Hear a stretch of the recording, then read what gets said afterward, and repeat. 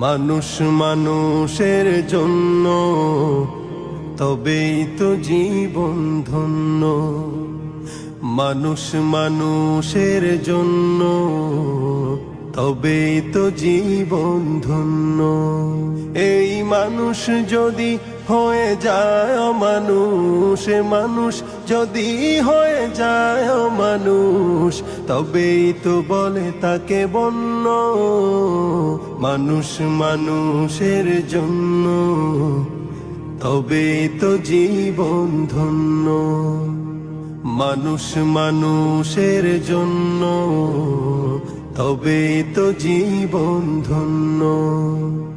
পশুরাও তো মালিক চেনে, নত হয়ে যায় তার সামনে। পশুরাও তো মালিক চেনে, নত হয়ে